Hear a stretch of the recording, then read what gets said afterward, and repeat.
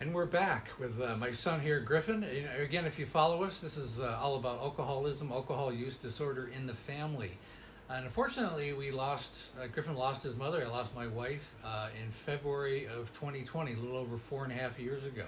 And I brought him on today to really kind of talk about his side of things, because I know you guys hear a lot about from me. But what do you think do you have any particular incidences when you were growing up that stand out, that were, kind of defined the whole problem? Like when you're, Yeah, I mean, there was one time that I was thinking about. I think it was around the time I was in middle school, and I was walking home from school at the time. And I would do that every day. And there was this one day where the door was locked, and I remember I had to go around the back. the front door was locked? Yeah, the front door was locked. My mom was home. The front door was locked. Okay. So I had to go around the back, and the back door was locked. And it was hot day in Southern California. I had a 50-pound backpack on, and I remember having to climb through the window. You had to go to the back of the house? Yeah, and I had to get my way through the window with my big backpack on, and I remember slipping through onto the couch, and my mom was on the other couch on the other side of the room.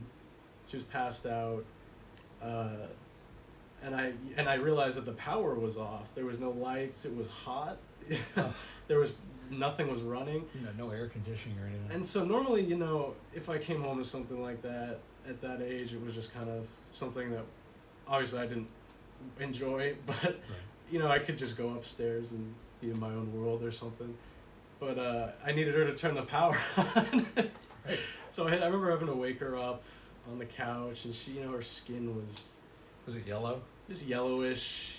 She didn't seem, Yeah. she wasn't clean. And I remember she was sitting in a puddle of urine on the couch. Yeah, she had bladder problems because she would drink like too much alcohol, and she'd be too drunk to go to the bathroom, so she always peed on the couch or wherever she was sitting. And it was just, as a kid it was tough as tough as an adult. As a kid it's really just unnecessary. Yeah. It's very difficult to see something like that. I know. So to continue the story, Griffin had to get through the window, and then he had to.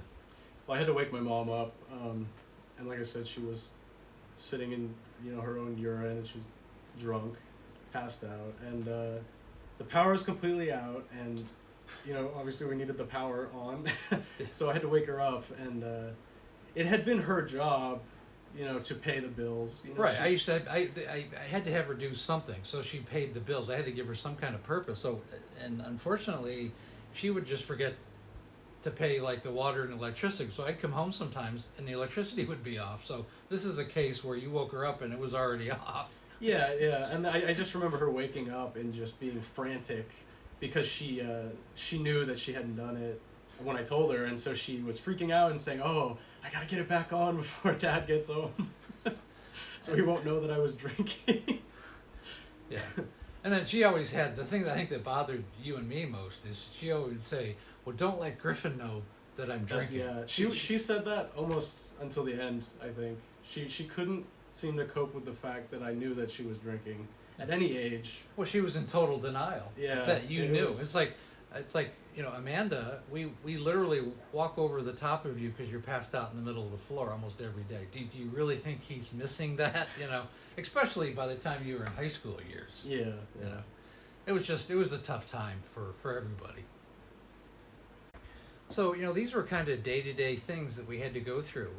Simple things like, not paying the electricity bill because she was inebriated. It affects everybody around you, and these are minor things.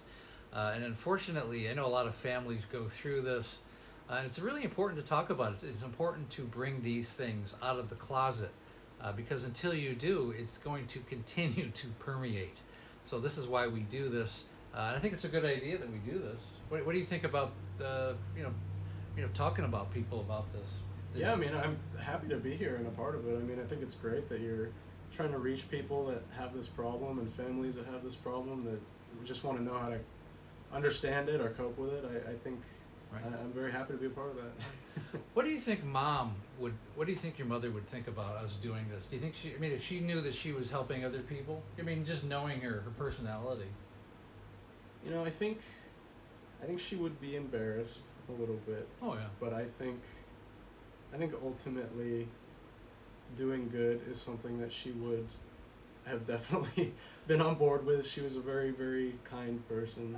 Right. And Well, I think she would have wanted her story to help people. right. I think if she knew she was helping other people, I think I mean, because she had a big heart, so I think that would have been a big part of her.